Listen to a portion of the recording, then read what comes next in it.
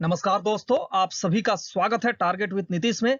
आज हम बीपीएससी में आधुनिक भारत के इतिहास से आए प्रश्नों के भाग 2 को देखेंगे। मेरा नाम है नीतीश कुमार। ये रहा दोस्तों मेरा एजुकेशनल क्वालिफिकेशन। आइए शुरू करते हैं आज का ये महत्वपूर्ण भाग।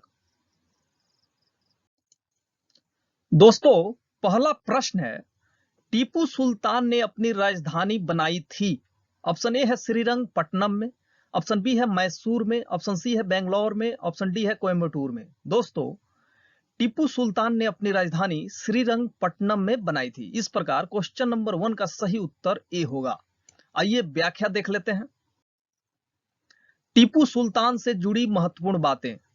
इसने अपनी राजधानी श्रीरंगपट्टनम को बनाया था। इसने यहां जैकोबिन क्लब की स्थापना की और उसका सदस्य बना। दोस्तों, जैकोबिन क्लब जो है, इसकी चर्चा जो है जब आप फ्रांस की क्रांति पढ़ेंगे वहां पर आपको देखने को मिलेगी। दोस्तों, फ्रांस में जो 1789 की क्रांति हुई थी, उस क्रांति का नेतृत्व करने वाला यह एक पॉलिटिकल ग्रुप था, जिसमें वे लोग शामिल थे जो क्रांति को जो है हर हाल में क्रांति के माध्यम से वहां तख्ता पलट करना चाहते थे, सत्ता परिवर्तन करना चाहते थे। तो उसे जैकोबिन क्लब कहा जाता है। दोस्तों, जैसा कि आप जानते हैं कि टीपू सुल्तान का जो है फ्रांस से काफी मैत्रीपूर्ण संबंध थे। इसके कारण इसने अपनी राजधानी में फ्रांस और मैसूर के मैत्री के प्रतीक के रूप में स्वतंत्रता के वृक्ष को रोपवाया। टीपू सुल्तान अंग्रेजों के विरुद्ध विदेशी सहायता पाने के लिए अरब, कुस्तुनतुनिया, जिसे आधुनिक इस्तांबुल कहा जाता है, काबुल और मॉरिशस में अपने दूत मंडल भेजे। अगला प्रश्न, भारत में प्रथम रेलवे लाइन किस ब्रिटिश गवर्नर जनरल के समय बिछाई गई थी? ऑप्शन ए है लॉर्ड कॉर्नवालिस, ऑप्शन बी है लॉर्ड डलहौजी, ऑप्शन सी है लॉर्ड वेल्जली और ऑप्शन डी है लॉर्ड लिटन। दोस्तों, भारत में प्रथम रेलवे लाइन जिस गवर्नर जनरल के समय में बिछाई गई थी उसका नाम है लॉर्ड डलहौजी। इस प्रकार प्रश्न संख्या 2 का सही उत्तर बी होगा। आइए व्याख्या देख लेते हैं। भारत में रेल लाइन की प्रथम शुरुआत ब्रिटिश गवर्नर लॉर्ड डलहौजी के समय हुई थी। लॉर्ड डलहौजी का कार्यकाल 1848 से लेकर 1856 था। प्रथम रेलवे लाइन 1853 में मुंबई से थाने के बीच बिछाई गई थी। दूसरी रेल लाइन 1854 ईस्वी में कलकत्ता से रानीगंज के बीच बिछाई गई थी। इसकी समय की अन्य जो महत्वपूर्ण बातें हैं दोस्तों, टेलीग्राफ एवं राष्ट्रीय डाक सेवा की शुरुआत इसी के समय हुई। प्रत्येक प्रांत में लोक निर्माण विभाग की स्थापना इसी के समय में हुई। विधवा पुनर्विवाह अधिनियम 1856 भी इसी के समय पारित हुआ और पेशवा के पेंशन की समाप्ति की जो घोषणा हुई 1853 में, इसी के समय हुई। अगला प्रश्न, अंग्रेजी भारतीय सेना में चर्बी वाले कारतूसों से चलने वाली इनफील्ड राइफल कब शामिल की गई?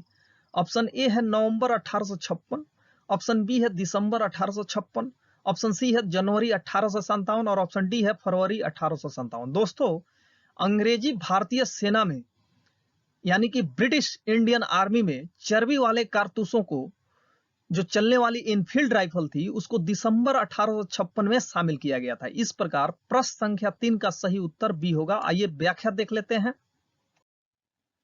दिसंबर 1856 में सरकार ने पुराने लोहे वाली बंदूक ब्राउन बेस के स्थान पर नई इनफील्ड राइफल के प्रयोग को बढ़ावा देने के लिए निश्चय किया। इन राइफलों में दमदम, अंबाला और सियालकोट में बने चर्बी युक्त कारतूसों का प्रयोग किया जाना था, जिसमें गाय और सूअर की चर्बी लगी होती थी। इस नई राइफल में कारतूस के ऊपर के भाग को मुंह से काटना पड़ता था। इससे सैनिकों को विश्वास हो गया कि चर्बी वाले कारतूसों का प्रयोग उनके धर्म को भ्रष्ट करने के लिए एक निश्चित प्रयत्न है। यही कारतूस 1857 के विद्रोह का तत्कालीन कारण बना। अगला प्रश्न, 1857 के क्रांति के समय भारत का गवर्नर जनरल कौन था? ऑप्शन ए है वेल्जली, ऑप्शन बी है लॉर्ड डलहौजी, ऑप्शन सी है कैनिंग और ऑप्शन डी है मिंटो। दोस्तों, 1857 के क्रांति के समय भारत का जो गवर्नर जनरल था उसका नाम लॉर्ड कैनिंग था। इस प्रकार क्वेश्चन नंबर 4 का सही उत्तर सी होगा। आइए व्याख्या देख लेते हैं। 1857 के क्रांति के समय भारत का गवर्नर जनरल लॉर्ड कैनिंग था, जिसका कार्यकाल 1856 से लेकर 1862 था। लॉर्ड कैनिंग भारत में कंपनी द्वारा नियुक्त अंतिम गवर्नर जनरल तथा ब्रिटिश सम्राट के अधीन नियुक्त भारत का प्रथम वायसराय था। दोस्तों, अगर आपसे पूछा जाए कि बंगाल का प्रथम गवर्नर जनरल कौन था, तो आप बताएंगे वारेन हेस्टिंग्स। लेकिन अगर आपसे पूछा जाए कि भारत का प्रथम गवर्नर जनरल कौन था, तो इसका उत्तर होगा लॉर्ड विलियम बेंटिंग। और अगर आपसे पूछा जाए कि भारत का अंतिम गवर्नर जनरल कौन था, तो इसका सही उत्तर होगा लॉर्ड कैनिंग। और अगर आपसे पूछा जाए कि भारत का प्रथम वायसराय कौन था, तो इसका सही उत्तर होगा लॉर्ड कैनिंग ही। क्योंकि दोस्तों 1858 का जो एक्ट आया था, उसके माध्यम से जो है जो गवर्नर जनरल, भारत का गवर्नर जनरल का पद था, उसको जो है वायसराय कर दिया गया था। तो लॉर्ड कैनिंग देख रहे हैं आप कि 1856 से लेकर 1862 तक है। तो 1857 के क्रांति के समय भी लॉर्ड कैनिंग रहा था भारत का गवर्नर जनरल, और 1858 का जब एक्ट आया तो उस समय भी यही गवर्नर जनरल था। तो 1856 और 58 के बीच जो है अंतिम गवर्नर जनरल के रूप में काम किया भारत का। और जब 1858 का एक्ट लागू हो गया, तो ये उसमें जो है गवर्नर जनरल को वायसराय की उपाधि दे दी गई। तो इस प्रकार लॉर्ड कैनिंग जो है भारत का प्रथम वायसराय हो गया। अगला प्रश्न, 1857 के विद्रोह का नेतृत्व बिहार में किसने किया? ऑप्शन ए है खान बहादुर खान, ऑप्शन सी है कुंवर सिंह, ऑप्शन सी है तात्या टोपे, और ऑप्शन डी है रानी राम कुंवारी। दोस्तों, 1857 के विद्रोह के संदर्भ में अगर भारत में, बिहार में स्पेशली बात की जाती है, तो सबसे पहला नाम आता है वीर कुंवर सिंह। इस पर का क्वेश्चन नंबर 5 का सही उत्तर होगा बी, कुंवर सिंह। आइए व्याख्या देख लेते हैं। 1857 में जगदीशपुर में विद्रोह की अगुवाई करने वाले कुंवर सिंह बिहार के आरा जिले से संबंधित थे। उनमें आदर्श, अदम्य शौर्य, वीरता और सेनानायक के सभी गुण थे। इसी कारण उन्हें सही रूप में बिहार का सिंह कहा जाता है। दोस्तों, पीपीएससी में आप जब विगत वर्षों के प्रश्न पत्र देखेंगे, तो आप पाएंगे कि 1857 के क्रांति से संबंधित खासकर वीर कुंवर सिंह के संदर्भ में बार बार प्रश्न पूछे जाते रहे हैं। और एक ही प्रश्न को जो है अलग अलग तरीके से पूछा जाता रहा है। जैसे कि जगदीशपुर से बिहार के 1857 के क्रांति में किसने योगदान दिया, तो वीर कुंवर सिंह। इस तरह के जो है पैटर्न बदल बदल के, क्वेश्चन के स्वरूप को बदल बदल के एक ही क्वेश्चन को बार बार पूछा जाता रहा है। इसलिए जो है 1857 की क्रांति जब भी आप पढ़े, तो वीर कुंवर सिंह पर विशेष फोकस करें। जगदीशपुर के किस व्यक्ति ने 1857 के विप्लव में क्रांतिकारियों का नेतृत्व किया? ऑप्शन ए है कुंवर सिंह, ऑप्शन बी है चंद्रशेखर, ऑप्शन सी है तीरथ सिंह, और ऑप्शन डी है राम सिंह। दोस्तों, जगदीशपुर से जिस व्यक्ति का संबंध था 1857 की क्रांति में, उसका नाम कुंवर सिंह था। इस प्रकार क्वेश्चन नंबर 6 का सही उत्तर ए होगा। आइए व्याख्या देख लेते हैं।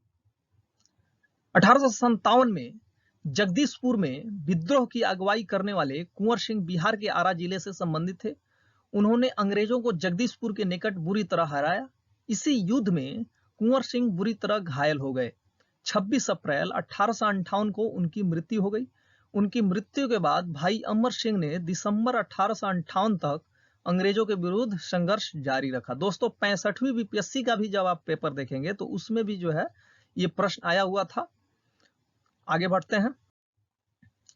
कुंवर सिंह अंग्रेजों के खिलाफ 1857 के विद्रोह में किस जगह शामिल हुए? ऑप्शन ए है आरा, ऑप्शन बी है पटना, ऑप्शन सी है बेतिया, और ऑप्शन डी है वाराणसी, और ऑप्शन ई है उपयुक्त में से कोई नहीं, या उपरोक्त में से एक से अधिक। दोस्तों, कुंवर सिंह अंग्रेजों के खिलाफ 1857 के विद्रोह में जिस जगह शामिल हुए थे, वो नाम था आरा। लेकिन बिहार बीपीएससी जो है, बिहार पब्लिक सर्विस कमीशन, इसका सही उत्तर पटना माना था। दोस्तों, जैसा कि आप जानते हैं कि उन्होंने जगदीशपुर से जो है अपने नेतृत्व क्रांति में दिया था, तो इसके कारण जो है इसका सही उत्तर आरा होना चाहिए। लेकिन बिहार पब्लिक सर्विस कमीशन की आदत है कि वो गलत उत्तर देता रहता है हमेशा, और बाद में जो है माफी भी मांगता है और सुधार करता है। तो इसका सही उत्तर आरा होगा। आइए व्याख्या देख लेते हैं। 25 जुलाई 1857 को दानापुर में सैनिकों की 3 रेजिमेंटों ने विद्रोह कर दिया। 26 जुलाई को ये सैनिक आरा पहुंचे। यहां कुंवर सिंह ने इनका नेतृत्व स्वीकार किया। इस प्रश्न का उत्तर बिहार लोक सेवा आयोग ने पटना माना है, जबकि सही उत्तर आरा होना चाहिए। अगला प्रश्न, पटना के 1857 के स्वतंत्रता संग्राम के नेता थे। ऑप्शन ए है हैदर अली खान, ऑप्शन बी है राजपूत कुंवर सिंह, ऑप्शन सी है जुधार सिंह और ऑप्शन डी है कुशल सिंह। दोस्तों क्वेश्चन नंबर 8 का सही उत्तर होगा बी, क्योंकि आरा से जो है कुंवर सिंह पटना होते हुए गए थे क्रांति का नेतृत्व करने, तो बी उत्तर होगा सही। आइए व्याख्या देख लेते हैं। पटना बिहार में जगदीशपुर के जमींदार कुंवर सिंह ने विद्रोह का नेतृत्व किया। उनकी जमींदारी कंपनी की नीतियों के कारण छीन गई थी। उन्होंने भी अपने रोष की अभिव्यक्ति विद्रोह में कर दी। अगला प्रश्न,